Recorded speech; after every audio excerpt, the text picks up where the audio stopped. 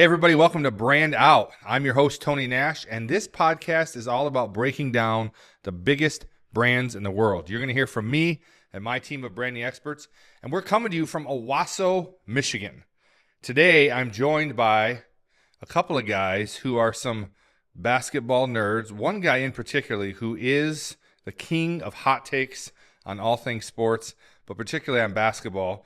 And today, we're going to be breaking down the NBA, the National Basketball Association, and what we think is wrong with the brand. We say all the time, if people don't know you, you have a marketing problem. But if people don't choose you, you have a branding problem. And clearly everybody knows the NBA exists, but this year statistically, ratings are down. And so some people are not choosing to watch the NBA. So we're going to talk about their branding issue, what we think is wrong, maybe give some of our opinions on what we think they need to do to fix it.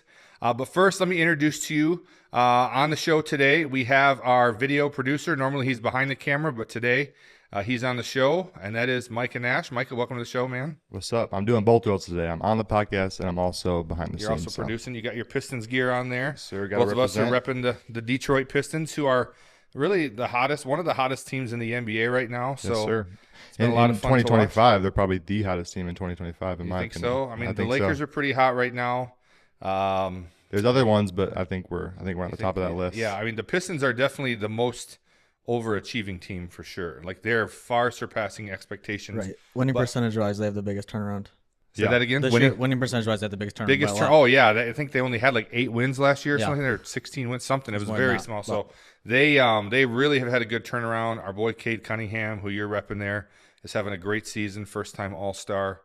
And then we got former athlete that played on my basketball team, championship team, good friend of mine, and someone I love talking sports with. We go back and forth a lot. That is Matthew Stevens. Matthew, welcome to the show, man. Thank you for having me. I'm glad to be here. Excited to talk NBA with you guys. First time on the podcast. Me and Matthew have been talking about doing a podcast for a very long time. Matthew has become a bit of a sports writer. He's been writing some articles lately. And Matt, where can people see your articles?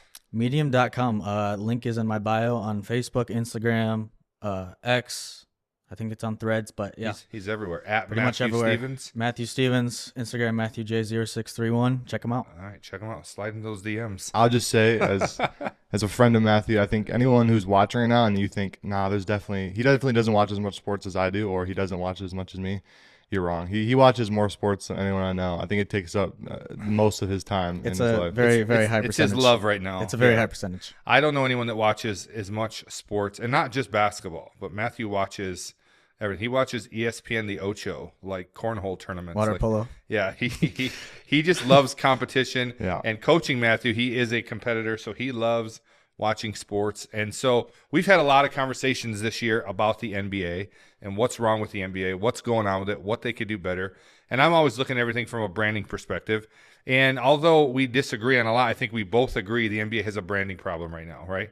And so we're going to break into that. But statistically, there's a 5% drop in viewership from last season with an average of 1.76 million viewers per game. Their early season ratings dipped as low as 25% down from last year. And it's starting to recover. It's starting to recover in recent months. And so, what's your guys' quick reaction to that? Like, seeing the NBA, do you get the sense that personally you're watching it less? And what do you think when you hear the NBA's ratings are down? I think I watch the NBA as much as ever, like Coach D said. But how many games a week do you watch? I probably watch, I'd say 30 games a week, 30 full games, and probably over 15. Like bits and pieces of 15 games. Some games I'll just tune in and out of, like down the stretch. Or if you watch a game with Matthew, which we do all the time, he has the TV on. Sometimes he'll split screen the TV. Multi-view. He's got his iPad on watching a game or taking notes. He's got a notepad out. He's got his phone out watching highlights or games or analysts. So like he's really into it. A little bit obsessed. So you're not dipping the ratings. You're actually probably keeping the ratings up. You're up in the average. Like it might be down 6%, not 5%, if it wasn't for Matthew. I'll take credit of it. Yeah. So What do you guys think? Micah, why do you think do you feel like the ratings are down? Do you feel like you're watching less NBA than you have before in years past? Yeah, I gotta say in general, I'm watching less NBA, but for my team, the Pistons, I'm watching now more than ever. I'm a Detroit fan by heart, so I'm always tuning in. Hardly miss a Pistons game, but yeah, as far as other games, when I look into the schedule and I look to kind of plan out my week of what I'm gonna watch, there's not a lot of games that make me really excited. I watch the big rivalries, I watch the big names, but I'm not watching the every team or every game. You're not tuning into like the Magic versus the Hawks. Right. Like it's just a random game. And Matthew's watching that. He hates Trae Young, so he wants to see anyone that could beat. Of course, you see why he's got his Knicks jersey on. Hate that guy. But I know for me personally, there was a time where I watched NBA I remember every year when the NBA season was over, just being completely disheartened. Like I'm gonna have to wait now till October to even see a preseason game. And I would say now, like I probably watch 1 to 2 full games a week max. And some of it's scheduling, but some it's I just personally don't find it as entertaining as I used to. And I'm a huge Pistons fan. Mm-hmm. So it's been a tough 20 years to be a Pistons fan. And this year has changed that a little bit. It's made it come around. I'm really starting to take interest in this team and our heart and our team. So there are several opinions. There are several schools of thought that the mainstream media is running with as why the NBA is struggling. And I have 5 of them that really kind of is the consensus of what all the professional analysts are saying. Number one, people are saying that the game style and the three-point dominance. So they're saying too much three-point shooting. Steph Curry has certainly changed the game. I remember growing up, you didn't see guys shoot that many threes. And now, you'll even watch Duke and North Carolina, and they'll put up 50, 60 threes in a game, which is unheard of in my time. My high school coach literally would say we weren't even allowed to shoot a three unless we were up by 10 points.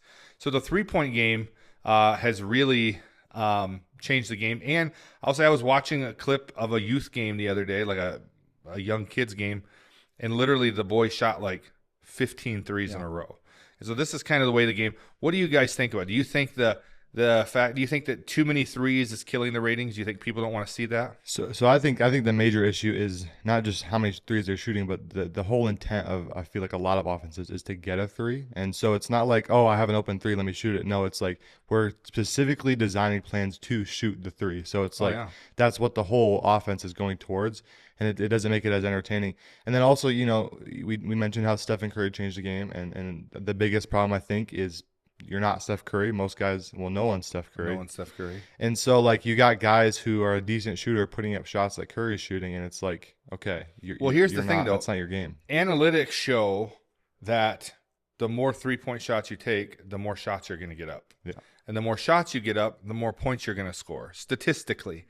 So what you have is more shots being taken and a lower shooting percentage. So you see a lot more missed shots, but you end up with a higher end score, which is kind of a crazy anomaly. You have more shots being taken, lower shooting percentage, but yet a higher end score. Yeah. So statistically, the GMs and coaches are saying we need shooters because this is going to give us more opportunities to get the ball in the hole. Well, and something we're going to talk about today, and I know Matthew probably bring this up, is like he likes to say this is the smartest generation of basketball that there's ever been, and I would probably agree with that.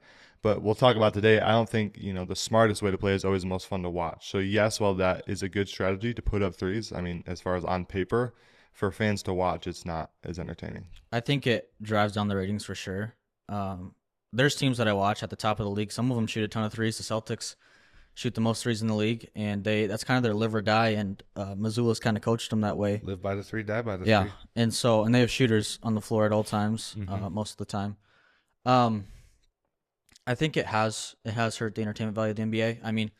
I know a lot of people would rather just see a guard take their guy to the basket or give for a foul rather than jump shooting. But my uncle actually sent me an article the other day, and it was actually pretty fascinating. But there's so many threes being taken now, the volume is crazy. The value of the three is actually starting to go down. So the pendulum might start to swing the other way. It might, yeah. These teams are really watching the analytics, and it's become such a business and such a numbers game.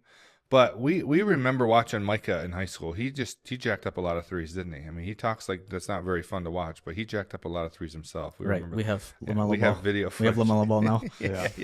yeah, exactly.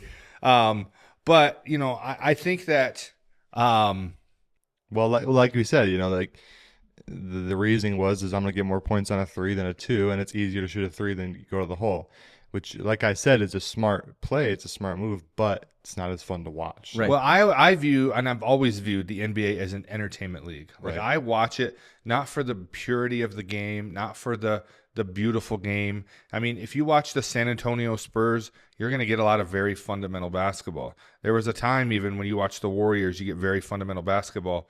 But you watch a player like Nikola Jokic, super fundamental. Tim Duncan, super fundamental. And if I was picking a team, those guys would definitely be on it. But they're not, to me, as fun to watch. Like, it's more fun to watch guys getting crossed up. It's more fun to watch highlight dunks. Right. Yeah. It's more fun to watch high-powered offense in terms of entertainment. Now, again, as a basketball coach, I don't tell my players, go watch the NBA to learn how to play basketball. But I watch the NBA to be entertained. Right. Okay. Second school of thought is player participation and load management. So some analysts say the reason the NBA is down is because all these high-dollar players, let's be honest, these are multi-$100 million assets, and they're, guys like Kawhi Leonard, Joel Embiid, some of these guys really started coming in strong on the load management. I'm only going to play this many games. I'm not going to do back-to-backs. I'm not going to go on the road as much.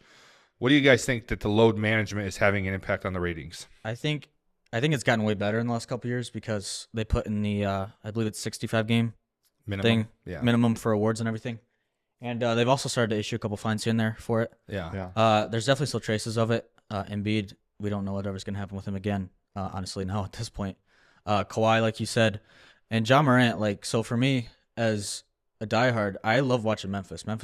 I did an article on my top favorite teams to watch in the league, and Memphis was on it, and that's assuming Ja plays. And so now Ja, it's his right shoulder soreness, and I don't know, and you never know a game Ja's going to play. Yeah. And he could be out for 2 games, he could be out for 3, and that's just a bummer to me as a fan. Right. Because I base some of the games that I watch of as if a starter's playing, because San Antonio was also on my list before Wemby was out. It's hurting your fantasy leagues. And so, right. And well, so, the interesting thing is the actual ticket sales are not really down.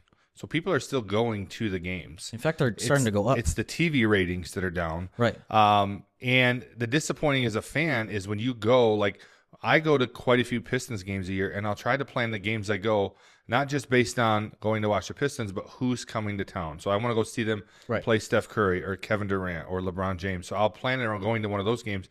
And it is so disappointing when you go and pay all that money and you come, like we went to a Pelicans game last year and Zion is sitting out. We went to a game one year when Kyrie was sitting out. So, like, it is disappointing as a fan when you pay the money to see these guys and then they are just sitting out because they don't want to play back-to-back. That's completely understandable. And I mean, people spend their hard-earned money on tickets and TV packages and even alone from that, I mean, there's so many games to watch, and so the games that you're choosing to watch, you're choosing because of mostly those players. Right. And so when those players are sitting out, the game that you set apart time to watch is not entertaining, Right. and that makes fans even more mad. And a lot of the times when you hear what they're sitting out for, it's like, okay, you're clearly just trying to protect yourself here, and you could play if you wanted to, if you cared about the fans. Yeah, I mean, you hear stories about Kobe playing with broken finger and a broken wrist, and he's just gonna be there. He's gonna show up at practice. Like, as a fan, like, that just gives you heart. You're like, you want to see these guys go out.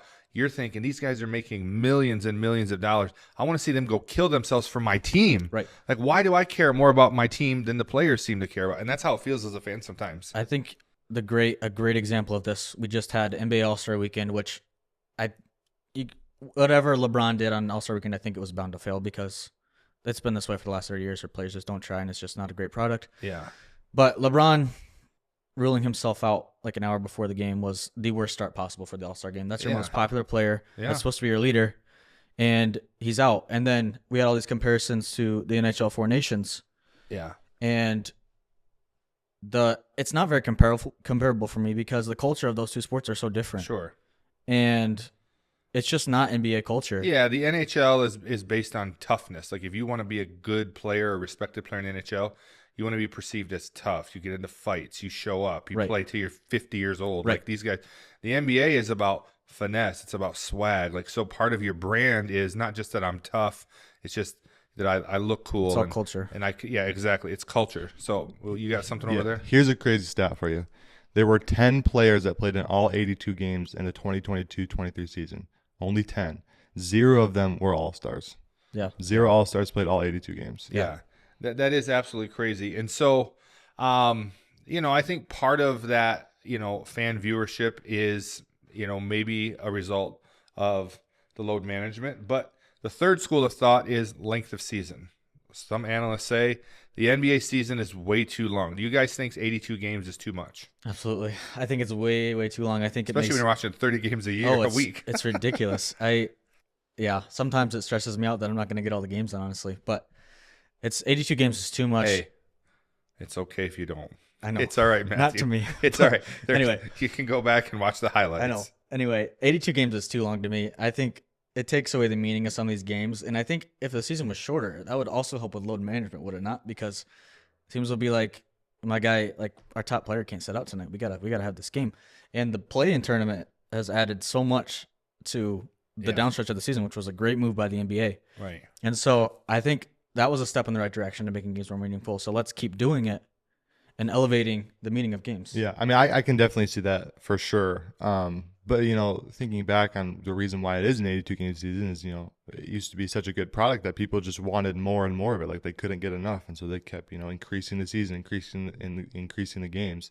And so now it's like, yes, I would say it'd be wise to decrease the season, but it's also like, it used to be such a good product. You wanted more. And now it's like, oh, we need less of it. There's not. And that's also very tough because that really affects the record books. That affects future players' ability to break some of these records that are long-standing. So there's ups and downs to all of it. But I think, the NBA trying, I agree with you on the play-in. I think the mid-season tournament is stupid. I don't think anybody cares about it. You like it? Because I don't think the fans care that much. I don't think that it increases viewership. I don't have statistics on that. For me, it doesn't do anything for me. I think it does raise the competitive play. The courts are awful. I think it does raise the competitive play a little bit. Yeah, it probably raises the competitiveness for sure, especially as you get to that final 8. Yeah. Sure, it does. It does. I'm just saying as a fan, right. It's just for the I don't care if my team wins the mid. I guess if the Pistons won it, maybe that would change my mind. Sure. I think there was a point this year where we thought the Pistons were going to make it. They had a chance for so sure. That did kind of, as a fan, get me a little excited for it. But yeah, so I mean, I like that they're trying things. But we're gonna have a time to get into why we think this is. I want to kind of talk what the mainstream media is saying. You get guys like Stephen A. Smith and Charles Barkley and Kenny Smith and Shaquille O'Neal and down the list, Colin Cowherd and all these people talking about their opinions, and you hear the players talk about it. And this is kind of what you're hearing. The other thing is the social and political statements. So has the NBA's especially from the pandemic, the push for activism, do you think that's hurt the ratings? I would say so. Like you said, the NBA is an entertainment sport, and so a lot of times when you're going down to watch a team, you're trying to get away from whatever it may be and just have some entertainment. And so when you're constantly having these, opposing views, shoved down your throat or however it may be, like it just gets exhausting because you hear that everywhere else in the world. The one place you want to go and relax and have some entertainment, you still get it. So I would say it definitely hurts it for sure. Right. Whatever your political stance is, like the fans go to the NBA for basketball. Right. If they want politics and they want whatever, they'll go to podcasts, CNN, Fox News. Yeah. Right. So I do think it on both sides, of the right and left, it does bother a lot of fans. We saw with Colin Kaepernick with Nike and the NFL on the national anthem and Kyrie Irving with Nike. Now, both of those brands are way wealthy enough to sustain hits like that. Sure. But it made them take a huge hit. For sure. And especially the way that narratives fly around the NBA world, I think that, if you have a guy going up in a press conference and saying something political or something that is very controversial, it turns a lot of fans away. Well, I think it bothers people of my age demographic the most. Yeah, for sure. There was that whole shut up and dribble thing that went out. There was a news reporter, I think it might have been Candace Owens, that said to LeBron James, just shut up and dribble. And then LeBron had this whole I'm more than an athlete. I have more things to say. And, LeBron's a big researcher because you always see him reading page 1 of a book in the pictures. So he's doing his research. But here's the truth. I don't care what LeBron James thinks about who the president is, policies. I really don't care. Like it doesn't sway me one way or the other. Now, if you want to use your platform to talk about things that are important to you, fine. Right. It's your right. It's your right to do. But just understand, just like as a business owner, if I get on this podcast and talk about who I voted for and who I didn't, there's going to be repercussions. Exactly. I am choosing by saying I support this candidate and don't support this candidate. I am choosing to say I only want 50% of the people to listen to what I'm about to say. So if you're a multi-million, $100 million athlete and you have a brand to protect and you're trying, your money is made based on not people coming to the games. That's not how the NBA makes money. They make money by TV deals and fans tuning in. So if you know that, it may be just a smart business move to shut up and dribble. Exactly. Like, and I'm not trying to be disrespectful. Again, it is America, so every athlete has their right to say whatever is on their mind. And if you got a big platform and you want to use it to influence people, that's great. But it will have an impact on your brand. Even if you say something that I agree with, there's 50% of the population who doesn't agree with you. And so in my opinion, this not just pushed by players, but by the NBA when they put all the social justice statements on the back of the jerseys and on the courts, and there's people, kneeling for the national anthem. And all that does is make me have to say, all right, this isn't patriotic anymore, or this aligns with how I believe, or this doesn't. And here's the thing. Nobody who didn't watch the NBA is now tuning in because, now they're social justice warriors. Exactly. But people who did, the loyal fans, see that and they're like, I'm not. My father, who's an avid Lions fan, when they started kneeling for the flag, he wouldn't watch a Lions game for 2 or 3 years. Like to him, it meant like, I can't do this anymore.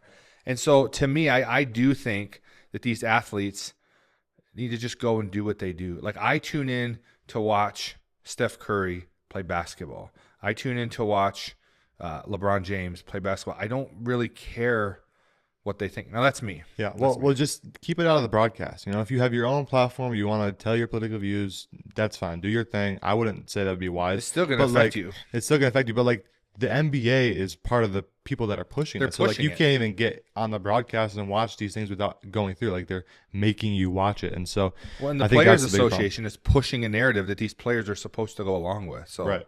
I think you nailed it right on the head when you said, when you're talking about, is it really going to elevate your brand more than it's going to hurt your brand? Like you said. It's a decision. Right. It's a decision. And so you're not going to gain followers. You're not going to gain viewers by saying something that somebody might agree with. You're going to lose way more if you say something that somebody might not agree with. So you can't decide, I'm going to stand up for LGBTQ rights. Maybe that's something that's very important to you, and you're going to stand up for it, and you're going to make a statement, knowing that you're going to alienate some people. So you can't have the courage to now stand up and then be angry that people have left. That was your choice. You didn't have to say anything about it, and I'm not saying you shouldn't say anything about it. It's your choice. It's your platform. But just know, if you're trying to protect your brand, if this is your career and you're trying to say, during my 10 to 15, maybe 18 years that I get to play in this league, I'm going to make as much money as I can, then you're probably going to want to just be careful about the things you're saying. All right, the last thing that these analysts say are the broadcast challenges. They're saying that streaming issues, blackouts, it's hard to find NBA games, and especially the accessibility for younger audience is tough. How can the NBA fix its broadcasting strategy? Just how many apps do we need is the real question. How many apps do we need? I have to have a local channel to watch the Pistons. I have to have a NBA app to watch the League Pass games, and I have to have a subscription to watch the nationally televised games. TNT. So like, how many apps and how many channels do we have to have? It's like, if you want someone to get to your product, maybe don't hide your product behind a bunch of walls to get through. Like, put your product on the front shelf. Don't put it in the way back where someone has to go help you get it. Like, well, and there's so much money involved with these TV deals that, with the death of cable, I mean, not a lot of people have cable anymore, even satellite. Now everybody's streaming, right? Even I left cable. Now I'm doing Hulu Live Plus. But even with that, there's only a few games a week I can watch. And like you said, I have League Pass subscription. I have WNBA League Pass. I have FanDuel. I have ESPN Plus. I mean, all these things if I want to watch the games. And then like sometimes I'll see a game that's on and I can't find it anywhere. So then I got to go find some other streaming service or app to watch. It's blacked out on NBA TV. It's not on ESPN or TNT. It's not on Bally Sport. Like I gotta go find some. It's like $80 to $100 for League Pass. It's $20 a month for FanDuel. More than that, and and The so average- a couple $100 for League the Pass. average so fan like, isn't to gonna even spend that afford much. it, right? Like, And like to me, like I have League Pass and I have FanDuel, and I'm not watching as many NBA games now, and so it's like I'm now wasting money on something that I'm not really enjoying. I think And it's definitely a luxury. I mean, the average person, working person, doesn't want to spend, what is it, at the beginning of the season, it's like what, $279 for League something like Pass? that. Yeah, something like that. It's a lot of money, especially if you say, I only want to watch a few games. Now, if you're watching 30 games a week, it's probably a good investment.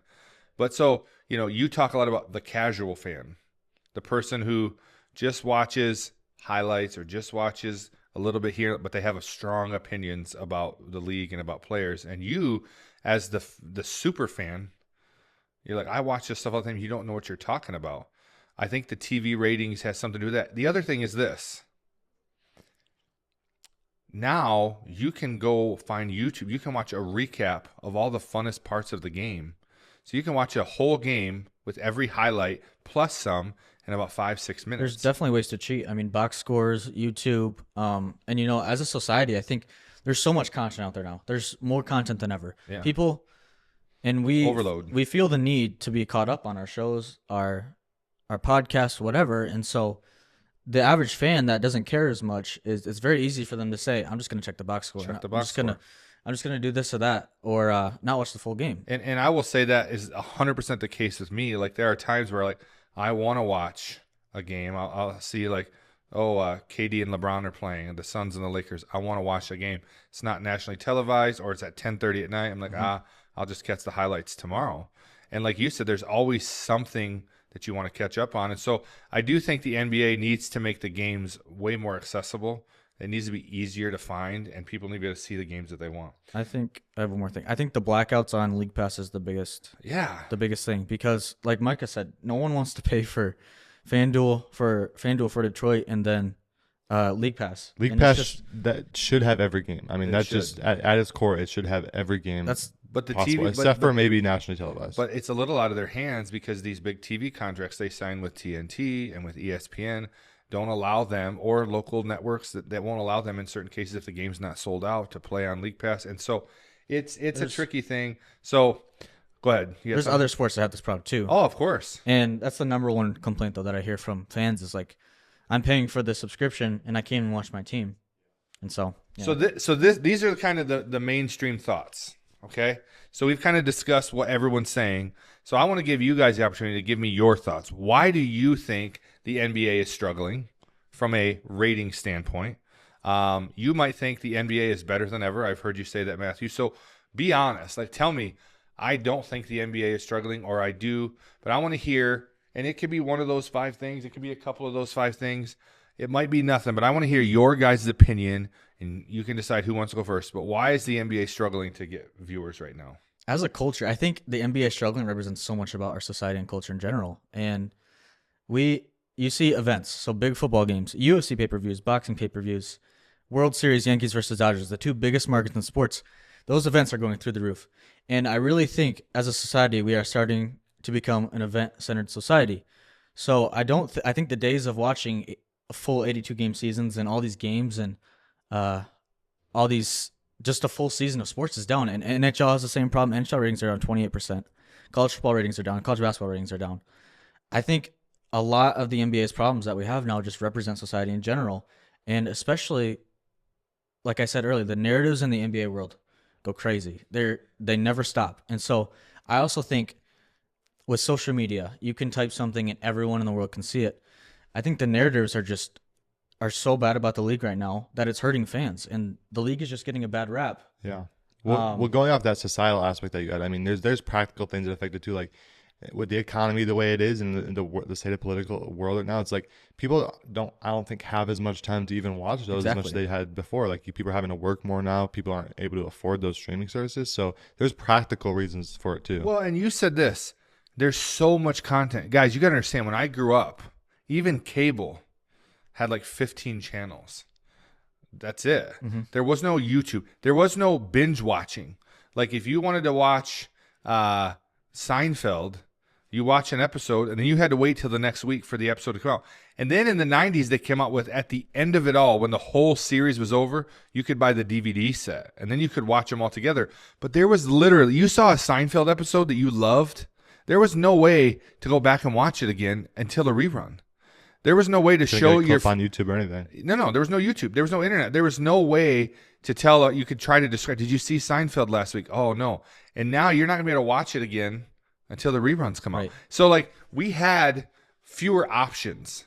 So it was like, well, tonight's Thursday. These are the 3 shows that are on. I don't really want to watch those. I'm gonna watch Michael Jordan play Magic Johnson or whatever. Like there was fewer options for sure. And now, like we talk about people watching the full game or the full episode. Like think about podcasts. Like think about your favorite podcaster. How many people actually watch full episodes of the Joe Rogan podcast? How many people watch full episodes of Theo Von? Now Matthew's thinking, oh, I do. But there's not that many. I don't watch people. People watch these for the clips, right? Even our podcast, the full episode doesn't get a ton of views, but our clips get a lot of. Yeah. So people not only have a lot of options. Like if I want to go watch, what was the TV show that we just watched? Yellowstone. I want to go watch Yellowstone. Well, I can just go watch all 4 seasons right now. Like I can take a couple days off work and I could just watch the whole thing. Whereas I didn't have options for that. And if I want to know what's going on in the sports world, I can go to the box score. The ESPN app has all the highlights and video clips. I can watch the pregame, the postgame, and I could have a really good picture in about 5 minutes of how that game went down. The NBA just added to their app an insight thing. You can go look at the summary of the quarter afterwards and stuff, and that's great because there's some games that I can't catch. I just can't. And you go look at that and you're like, I know what happened in this game now. I don't need to watch it. But like I said, I think it really does reflect a lot of society and culture the way that it's going anyway. And we see the explosion of TikTok and YouTube Shorts and all these little clips. Like you said, your clips do better than your actual podcast. And our attention spans nowadays are just gone. And so I think attention spans have a lot to do with it. 100%. And most people would rather in their short attention. This is why TikTok is so popular. Exactly. TikTok, you can burn through a couple of hours, 5, or 10, 15 seconds at a time. If you go to YouTube and you see a 30-minute video, you're like, oh, I'm not going to watch a 30-minute video. But you'll watch 31-minute videos, not even realize you just burned through 30 minutes.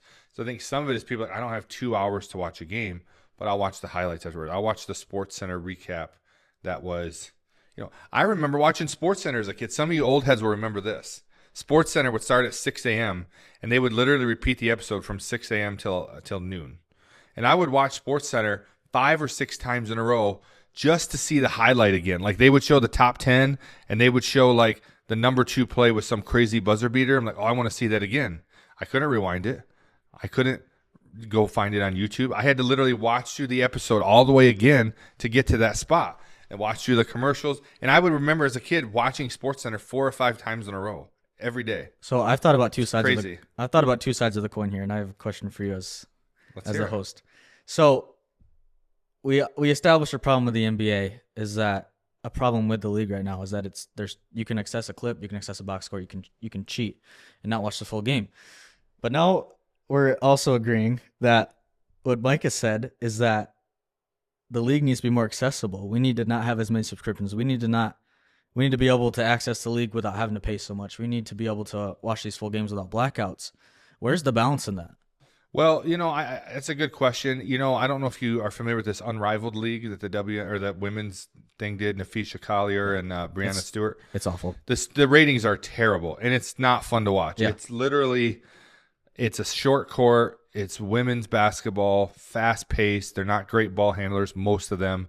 It's a lot of missed shots, a lot of missed layups. I don't find it to be entertaining. I tried, all right, because I really like Caitlin Clark. I got into the WNBA a little bit this year. I know a lot of these players now. I didn't find it entertaining. But one thing that Max, which is where all those games are played, they have, after the game is replayed, they have a 6-minute version of every game. So it feels like you're watching the whole game, but it just skips to all the good stuff. So that might be one thing the NBA could look at doing. I don't know if they have something. I know on League Pass they have some kind of game recaps, but it's game recap, consented game. They have kind of two separate Yeah. versions of it. So I don't really know what the balance of that is. I think you got to find, we call it here high fidelity content. So we produce this podcast that's going to be 30 to 40 minutes.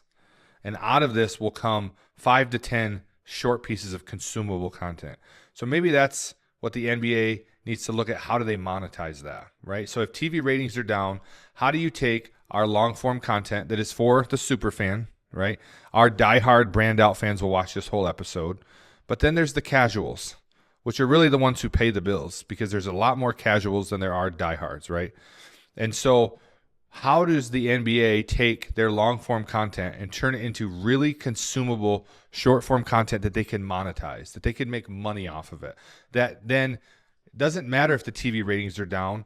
Maybe our TV ratings are down, but our YouTube views and monetization is through the roof. Well, to your point there, I mean, or TikTok or whatever it is. To your point there, I mean, they do have social media channels that they post a lot of these on, but you're saying how do they monetize it? If it was to cost something, then that's another reason of why we're saying that the viewership is down, is because of the cost of a lot of things. So I'm not saying it should cost something. You're saying how do they monetize it? They monetize it. So the reason, how do they make money on TV? Not on the subscriptions that we buy.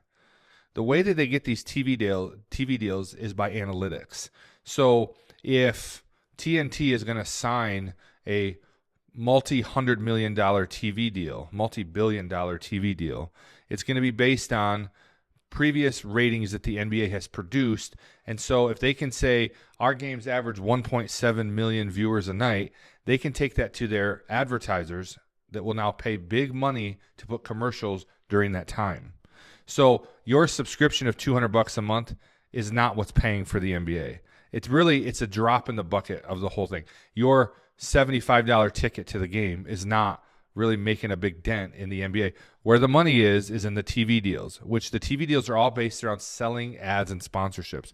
So now with social media, the reason YouTube will pay you money to get millions of views, or TikTok or any of these, is because they can then go to their sponsors, their advertisers, and say, hey, people are staying on this NBA channel for an average of this many hours a day. You should advertise here. So then you get the big money sponsors. So I think supplement the loss in TV ratings, because TV is becoming, the TV and the way people used to watch it is becoming an antiquated thing. My kids don't want to watch live TV. Like, I'll go on Hulu Live and I'll still scroll through the channels. And I'm like, what are you doing? Let's pick something. Yeah. I just want to see what's on. Those days are going away. Your generation does not want to watch live TV. They want to stream something. So the NBA could adapt by saying, we're going to take our long-form content. We're going to invest a lot of time and money into really great short-form content, not where we just show highlights, but this is where we tell stories. This is where we get people excited about the players and the league and the backstories. And this is where they really start to build a brand that people get excited about. And I don't want to get too ahead of my answer, but in terms of the ratings, I think the best solution is they have so much content that's great. If they had a team that their primary focus was just to make that short form content, think about it. How does ESPN exist? They exist because they take all of this long form content that's out there from football and hockey and basketball and soccer, and they make all this short form content that people want to watch. Why isn't the NBA doing it better than ESPN? Why isn't the NBA doing it better than podcasters? Why doesn't the NBA host podcasts of their own that are telling their own story? I mean, and I know they have players that are doing it, but they have to start learning how to tell their own story. Right. And ESPN kind of just jumped ahead of the curve on this. They just laid off so many people, and most of them were analysts and these guys that, would take the league very seriously and be diehard on it. And now they have guys like Perkins. Now they have guys like Stephen A. has always done great. They have guys like Shannon Sharp that'll give you a hot take, and that clip will always get a lot of views. Yeah. And that was their goal. And so they let some more of these guys that take it more seriously and are going to be in for the long run. They're trying to jump ahead of that because that's just not the way it's going. And I also think that's reflective of another drawback to the way our society is going. We know so much about these All-Stars nowadays. Yeah. We know everything. And too much information. Too much. And so back in the 90s, when you had something about Jordan, the Jordan gambling thing, Jordan went to baseball. It wasn't on social media. No, and if you had information, you felt like you were special. You just saw it on SportsCenter, so they could tell you whatever they wanted. Right, and it felt much more valuable. You could read the USA Today. You could, Right. And you couldn't look it up. You had to go buy a copy of the USA Today. Right. No one cares about a starting five show on Netflix that's talking about how much Jason Tatum loves his mom and how much Ant loves to hoop, or like that show's bad. Like that's not what fans want. Well, think about this. Anthony Edwards says, "I don't want to be the face of the NBA." Right? Give it to Wemby. LeBron James just has a clip that comes out and says, "Why would anybody want to be the face of the NBA when all that the people that cover this league do is quote unquote crap all over the players?" Okay, so he's talking about inside the NBA. He's talking about Stephen A. Smith. He's talking about Shannon Sharp. He's talking about all these analysts that are not controlled by the NBA. They're all connected to the TV deals that the NBA signs.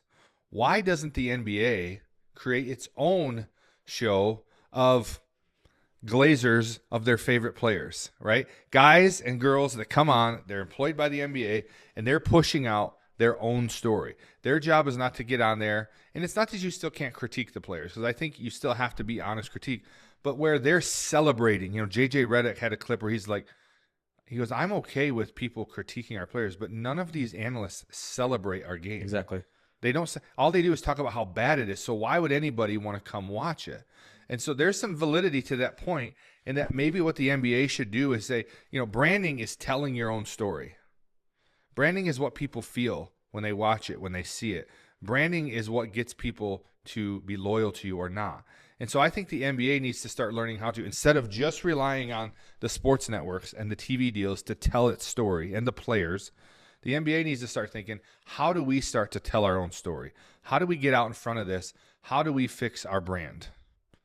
You got anything on that over there, Mr. Nash? No. I'm observing. There's a couple points that I probably would have backed down or fought you on there, but I think it's good. I think we've dug into that topic enough. Okay, so let me give you my, so I'm gonna give you my take of why I think a big reason of why the NBA ratings are down. I'll get mine after yours. And maybe this is an old head's perspective. You see, I got my Bad Boys jacket on here. I'm from the 80s where guys went to the paint and just got murdered. Just no foul call, just thrown to the ground. I'm not saying the NBA needs to go back that. But I don't know if you guys saw this. Did you see the tweet by Magic Johnson saying that the problem is none of these guys hate each other? He's like, I hated Larry Bird. Yeah. I hated Isaiah Thomas. And we would get on the court and we went at each other. It was highly competitive. Yeah. And he goes, the problem is all these guys like each other. They're all friends. They all want to join the same team. And I think, I've said this to you before, I'm not saying the guys need to hate each other. But I think as a fan, you want to see, like, you remember Trae Young taking a bow on center court at the Madison Square Garden.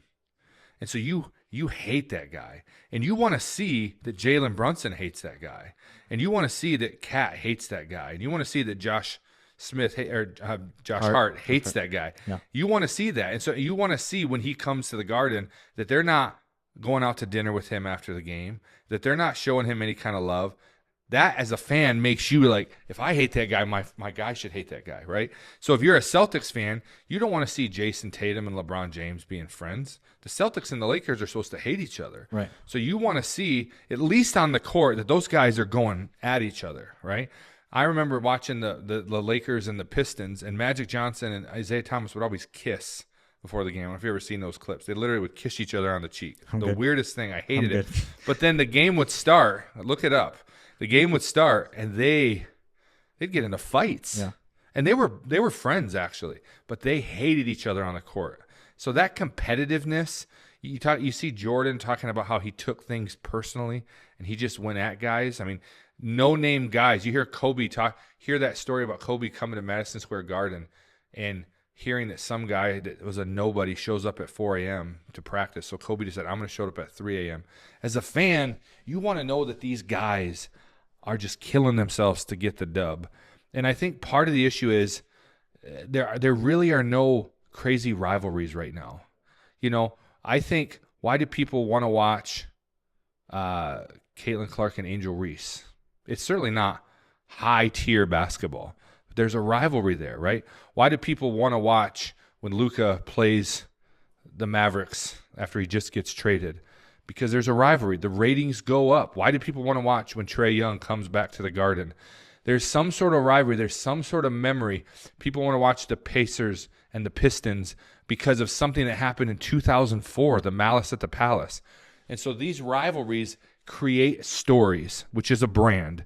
And the NBA needs to learn how to foster these stories and build the hype, build the anticipation, get people excited about it. And they haven't. They haven't.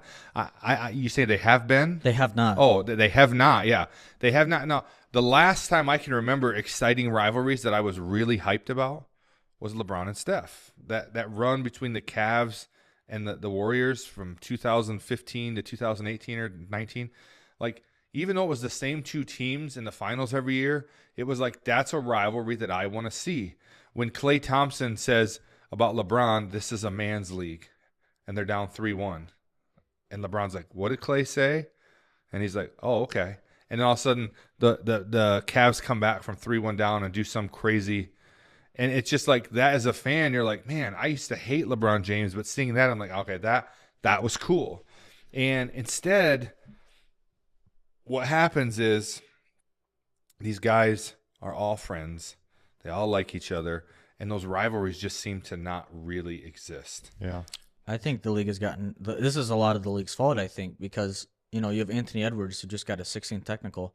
Every second technical that he gets now, he's suspended a game. Yeah. And so a lot of fans come to watch Ant. A lot of fans like Ant.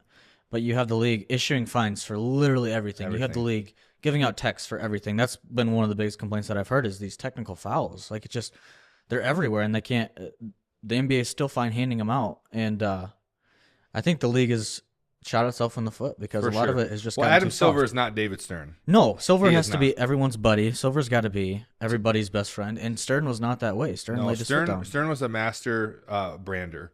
And the NBA brand was at a high when David Stern was there. So I think there needs to be some look at, is Adam Silver the right guy? He's a businessman, but he doesn't seem to really understand the brand. What used to be the greatest brand in all of sports really seems to be losing a lot of market share. And so I think there's some things there. And so we could talk about these things all day. I don't want to dwell on it too much. We kind of gave our ideas of what it would be to fix. Oh, Micah, you got something? My reason of why I think the NBA ratings are down is because, and I don't think you can blame anyone else but the players. I think the guys that are in the NBA are not cool guys. They're not tough guys. They're not exciting guys to watch. Their game is great, but there's more that comes with a game than just what you do on the court. I mean, it's your mentality. It's the way you talk. It's the way you act. It's the way you brand yourself. The way you prepare. And these guys, there's just not a lot of cool guys. I mean, you think about the best guys that you like to watch in the league. Steph Curry, Kevin Durant, LeBron James. These are guys from the past era. You think about the young guys that you like to watch. You have Anthony Edwards. It's about it. The other guys, Jason Tatum, no aura. I mean, no Riz. Negative aura. Negative aura. I mean, like the ultimate. What's the word I'm looking for? Copycat. Plagiarist. Yes, the ultimate plagiarist. Like they're not cool guys to follow. Like, you don't want to be them. You don't want to hear them talk. Every time you hear them talk, you're like, okay, if you would just shut up and dribble, like you said, you'd be a lot cooler. And so, like, yeah, like, that's true. That's a major factor. Well, that's one of Tatum's biggest problems is he's so nice to everybody. Right. And he's such a good player. He just has he's fantastic. He's amazing, but he has no personality. Yeah. We can go back on skill and all these things all day long. But at the end of the day, what separates a good player from a great player is their mentality and the way that they approach the game. I mean, with the exception of Nikola Jokic. Yeah. Because he seems to not care at all. He just wants to get back to his horses. It doesn't seem like he works out. He doesn't look like he's in shape. It doesn't look like he practices, and yet he just dominates. So he is like an anomaly. He's like a unicorn. He is what Porzingis was supposed to be. Like, he just this crazy 7-foot European that doesn't look athletic and yet just dominates the game and plays at another level of IQ. So make it easy to find. Tell your story. I think the NBA needs to recruit, whether it's former players or whether it's analysts of their own, brand ambassadors, people whose job is to hype up the NBA, to stop talking about how much it sucks, to stop talking about how bad the players are, to start talking about how weak everybody is, to stop talking about how it's all this. But people who really build up some hype, brand ambassadors, and maybe start a few podcasts that are owned by the NBA where people start hyping up the NBA. I think that would help. So bring it all home. Final closing statement, then we're going to play a little game here. give your recap, your analysis, whatever you want to say to close us out here. Who wants to go first? I got it. I think there are more than one side. There's more than one side to every story. Sure. And I think that's very true in the NBA. I would echo what Micah said. The fault lies a lot with the players. Fault lies a lot with the league. Blackouts, fines, technicals, whatever. Here's my biggest pet peeve. Let's hear it. I'm going to look right into the camera for this one. If you don't watch basketball that much, please stop trashing on the league. Anybody that knows me knows that I don't watch movies a lot. So you know what I don't get on social media about and go to all my friends and trash on about and say this league sucks or this movie sucks is movies. If I watch 2 episodes of a show out of 10, 2 episodes of a show out of 10, and let's say Micah watched the show, I walked over to Micah and said, that show sucks. I hate that show, everything about it. No one cares. The acting's bad. That's a good point. And Micah's over there saying, dude, I watched the whole thing. It was great. What are you talking about? That would probably make my opinion a little bit invalid. And by the way, I'd have enough self-awareness not to go out on social media and talk about how much I hate a show when I didn't watch that much of it. You are killing the NBA. Shut up. Like, it's killing our league. Stop. If you don't watch that much, stop talking about the league. It's annoying. If you watch a lot, you watch as much as me or Micah or whoever, and you want to go out there and hate on the league, that's fine. We have group chats. And you guys don't We have chat rooms. You guys don't like the league sometimes. And I'm like, they watch enough. Like, that's valid. And so we have all these fans, though. Like, all these, I'm not trying to stereotype nobody, but all these 30 and up guys, white guys in particular. Old heads. And they're like, I hate the league. No one tries on defense. That's not true. You don't watch. Watch the league. Please. It's annoying. And you're ruining it for the people that actually love this league and care. So, stop. Thank you. Nicely done. So you think that my perception that the defense is not there, that the guys don't try, that the guys don't play hard, that it's not too. I think it's not true at all. I think defense is great. I think the NBA has changed the rules to obviously benefit offensive players. Yeah, for sure. And that's part of I think the NBA can do much better if they bring back hand checking, stuff like that. The defense is there. And the teams that I watch, there's teams that don't try. But the teams that I watch, most out of the time, they do try. And it is physical. And it will get physical. And it's good basketball. Yeah. And I enjoy it a lot. Yeah. But yeah, I think I like it. I like it. To that one point about defense, because that's such a big one. I think the main thing is the main narrative in today is like, if you get scored on, you recover that by going and getting a bucket. Like, the team that scores the most wins. That's the mentality nowadays. Whereas I feel like it used to be the team that stops their team from scoring the most wins. So now it's like you recover things by just scoring more. It depends. I mean, like, the Pistons were very much that way. Like, the bad boy Pistons would hold teams into the 70s and 80s. I remember the 04 Pistons had an 8-game streak where they held teams under 70 points in the NBA. Crazy. 8 games in a row, they held the team under 70 points. So a team like the Pistons, a blue collar, like a lot of the Celtics teams were built on defense. But I mean, you had teams like the Lakers who had, we'd say super teams weren't around. I mean, the Lakers in the 80s had 5 Hall of Famers on their starting 5. I mean, the Celtics had 3 or 4 Hall of Famers on their starting 5. The one guy who probably never had a super team was Jordan. But even his later teams, he had Rodman and Pippen and Kukoc, and so he had some good players. But Jordan didn't win a playoff series till Pippen got there. That is true. Jordan did not win a playoff series out there until Pippen got there. So I think, everybody always remembers things. Like, you guys come watch the Emmanuel Fire, your former team, and we're talking you're 3 years removed. And I've already heard you guys say, these guys don't work hard. These guys don't play defense. These guys don't play as hard as we used to. Coach would have never let me do that. You always have, so this is what I'm talking about, us old guys. You always have a vision in your mind of what it was that's probably always a little more inflated than nostalgia. What it actually was. It's nostalgia, right? And so this view that I have of the NBA is guys used to work harder, guys used to play harder, guys used to have better brands. And there is some truth to it, but I don't watch enough of it to say nobody plays defense or whatever. However, as we have talked about, the NBA has to cater to me more than they have to cater to you, because it's a business. Right. Because I'm the guy that's going to spend money. I'm the guy that there's a lot more of me than there are of you. If they only cater to their biggest fans, they would struggle to stay alive. And so anyways, so NBA, at Adam Silver, at NBA, whoever's listening, this is our takes. This is what we think. This is our thoughts about how you could fix the NBA brand. So let us know in the comments what you think. How would you fix the NBA? Are we way off here? Did we miss something? Did we cover all the bases? Maybe you have a different perspective. Maybe you're like Matthew and you say, the NBA is great. You just need to watch it more. We'd love to hear your opinions. We'd love to know your comments. You can find us anywhere a podcast can be found. You can follow us on YouTube and TikTok to get clips, short clips of the podcast. But let us know what you think. But before we go, we're going to do a little game here. And we're going to go NBA personal brand. So we talked a lot about today about the brand of the NBA. Part of the issue is all of these players now also have their own brand. I mean, Michael Jordan kind of started that in the 80s with Air Jordan, and people realize how much money these athletes could be worth by just having their own personal brand. And there's a lot of guys now in the NBA that have a brand. And so I want to talk about, I set up a little bracket here.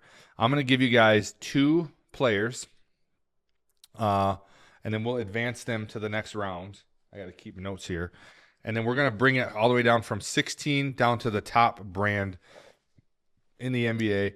So what will happen is if you guys don't agree, then I'll break the tie. Okay, so I'm going to give you 2 names of who has a better brand, and you tell me who you think is better. And so when I say brand, I'm considering social media presence, gear, shoe deals, commercials, endorsements, performance on the court, the whole thing that makes up their brand and what you like about it, and we'll go from there. So, you guys ready? Yeah. So, round 1, we're going to go LeBron James versus Joel Embiid. LeBron. No question. LeBron, okay. LeBron advances. Joel's brand is terrible. Joel is everything. out. Everything. His awful. personal brand, his gear, his game style. Everything's all bad. Terrible. Steph Curry versus Damian Lillard. Curry. Stephen Curry. Steph. No question. Okay. You don't like Dame time? He's not bad. He's a little Adidas. overrated, and a lot of people like him, and It's he's not all that. Especially me, now that he's on the Bucks. If you're going to really win in the world of branding when it comes to apparel and sneaker deals, you got to get in with Nike or Jordan. Like Got to be in a big market. Adidas, Converse, they just don't have the same. Well, it's surprising. Or like Puma, like some of these guys try to start their own brand. It's just tough. Yeah. Kyrie with we'll get there. Kevin Durant, James Harden, Kevin Durant, Kawhi Leonard, Devin Booker. Oof. Booker. I like Booker's shoes more, but Booker's very new. Like we only have one issue of Booker's shoe. Yeah. Kawhi's I more mean, established. I like Booker as like his personal brand though. I like his Not just the shoe. Yeah, we're talking about everything. Just a solid baller. He just goes out there and does his thing. He's a Detroit guy. I'd probably say Booker. A lot of people I'm don't gonna like go Kawhi. Booker. I can't. Kawhi's very unlikable. Yeah, he's very likable, and he's just he hardly ever plays. So it's all right, hard this one's tough. Zion or Luka, both Jordan athletes. Ooh. Interesting. This is like that 4-5 matchup. I would probably say Luka because, like, physically, I kind of like Zion's shoes a little bit better. But Luka's more likable. Luka's all over the NBA a bit more. Luka's just more. As much. He's in a way bigger market. Yeah. Especially now. I would probably say, especially now. Thank you, Nico. I'd probably say Luka. Yeah. Luka? I think if Zion was healthy and played the way he was supposed to, it would have been Zion. But I'm gonna give it to Luka right now. Jimmy Butler or Kyrie Irving? Kyrie Irving. Kyrie. For sure. Kyrie for sure. His Nike and Kyrie's shoe run. someone that left Nike. His Nike shoe run though was probably the best I've ever seen. Did Kyrie leave Nike or did Nike leave Kyrie? Nike left Kyrie. Nike left Kyrie. Yeah, I would agree. Kyrie's shoes with Nike were some of their best. They were great. so consistent every year. But, so good. And there's his personal brand. He's just got swagger. He's just a cool guy. He does. Yeah. You guys saw when he got hurt the other night, he tore his MCL, got to the free throw line. They have a video of him saying, "Thank you, God." Yeah. Did you guys see that? That's great. Yeah. So Yeah, wholesome. that's kind of cool. All right, Ja Morant or Jason Tatum? Ja Morant, Jason Tatum. Okay. He's got no swag. No swag. His shoes are terrible. His shoes are terrible. But I mean, Ja has the charges against him, criminal his charges, shoes are and he cool. almost lost He his has deal with swag. Nike. Ja has better shoes for sure. I'd Would probably you be say more likely to wear a Ja Morant brand something? Ja. Or I have Ja's. Ja Morant? Okay. Tatum, man, he's just tough to root for. Yeah. All right, He's just last tough to root one for round 1, Anthony Davis or Giannis Antetokounmpo? Giannis. I'd probably go Giannis. as well. Giannis's stuff is just some of the cleanest that Nike's Yeah. done, and his personal brand. Like he's just about hard work. His whole when he won that championship that year, that was just pure like tenacity and Pure him just- effort. Okay, so next round, LeBron versus Giannis. LeBron. LeBron's brand is way more established. LeBron has way more shoes. LeBron is way more popular. LeBron. We were just we were just talking about this before. Like you think about like Nike athletes and it's like their gear and stuff. I think personally, in my opinion, LeBron has had some of the worst gear and shoes of any Nike athlete, and I think Giannis has had one of the best. So as far as like his gear and his brand, I think Giannis is way better. Obviously, the games are different, and LeBron's game is This better is than tough Giannis, because Matthew loves LeBron, thinks he's the greatest of all time. Micah hates LeBron. So I'm trying to give it an unbiased. I'm trying to truly give an unbiased. I don't think you are. Here. To say that, okay, but I'll let you go. Listen, if we're going purely game, we'll give it to LeBron. Brand, just the brand. That's what I'm saying. You Purely think Giannis's brand is better? LeBron has. You can think LeBron's shoes suck, and he doesn't have very many good shoes. But the amount of good shoes LeBron has is even more shoes than Giannis has in general. But in shoes, there's only part of this either. Now, if you went with that, LeBron has more than anybody. So we could either just pick LeBron now or like really talk about. That's true. It's not just shoes. It's the brand in general. Okay. Yeah, and I mean LeBron's personal brand. Terrible in my opinion. He's whiny. He's super political. He's this guy. So we're not going to agree here. But I'll give you LeBron. I'll give you LeBron just because of he's got a way more established like Giannis. But it's not an easy win for LeBron. All right, Steph or Ja? Steph. KD or Kyrie? I'd have to go KD. I think that's a tough one. That's tough. I mean, yeah. I'm gonna go. I'm it's tough Kyrie. with KD's, team hopping and his personal reputation with all those things. I mean, that's definitely a point deducted. I personally would buy Antas before I would buy KD's shoes. If we're talking just shoes. The old KDs are great. But I like Kyrie's stuff. I like Kyrie as a player. I like his work ethic, and I like KD's work ethic too. They're both just straight ballers. But I think as a brand, KD is way more worldwide though. Like KD's an international superstar. He used to be a lot more than he is now, though. So you're Kyrie, you're KD. I'm probably KD. Yeah. I'm gonna have to go with Kyrie. I'm gonna break the tie. I'm gonna go Kyrie on that one. I just think. Number one, Kyrie's brand was so strong that he was able to successfully cross over to a non-brand, really. Yeah, I mean, and he's brought so much attention to Anta. He's brought a lot of attention to Anta. I don't know that a lot of players could do that. All right, Booker, Luka. I got to go Luka just because he's got more than Booker does. Luka? Okay. On to the finals.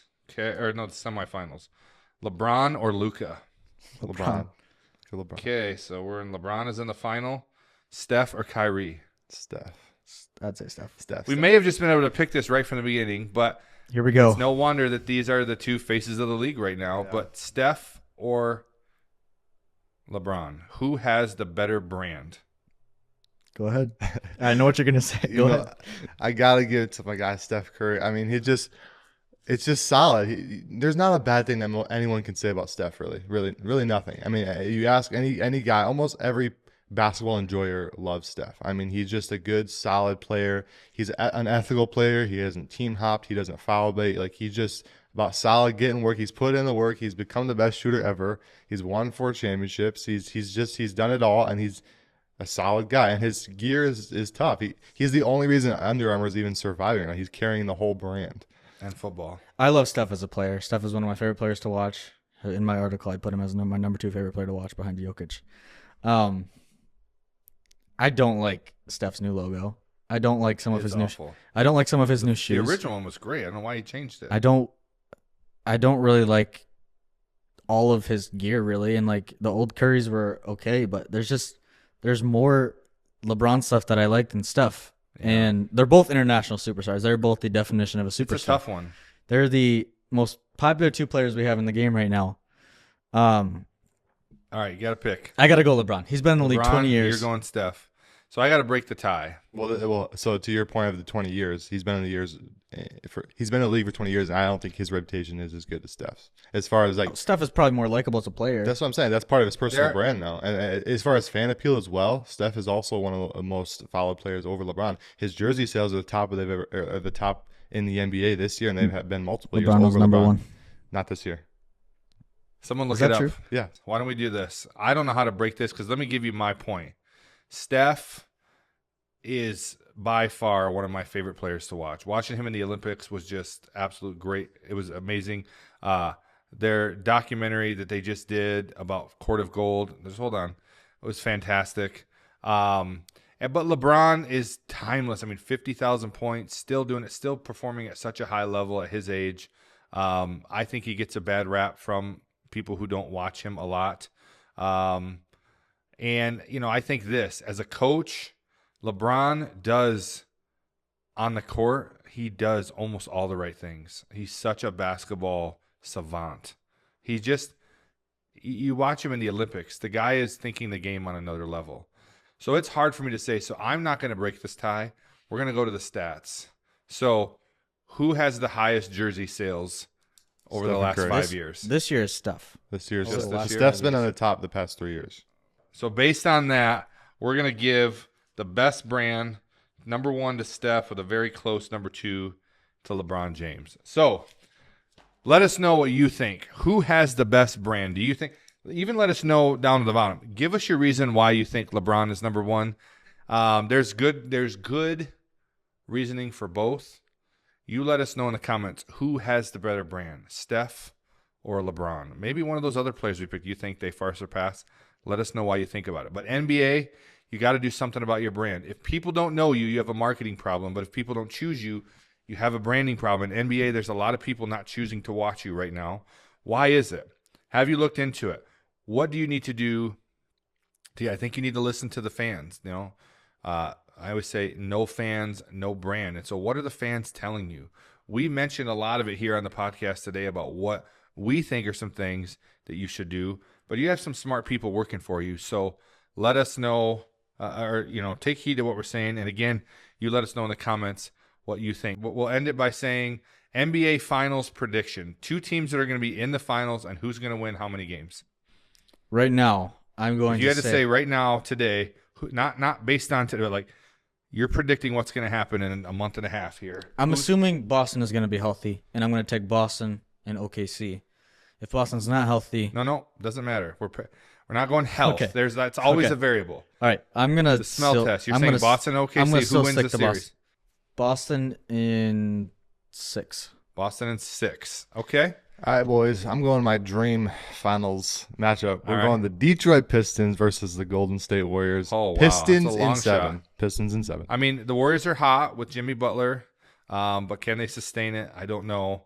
So you said Warriors in 7? Pistons in 7. Yes, sir, baby. Wow. I think our time is coming. And as much as my heart would love to pick the Pistons, I'm actually going to go the most nostalgic matchup I could think of, but I think it's a legit possibility. I think with the addition of Luka Doncic and J.J. Redick coaching these guys and their commitment to defense, the Lakers are a true contender.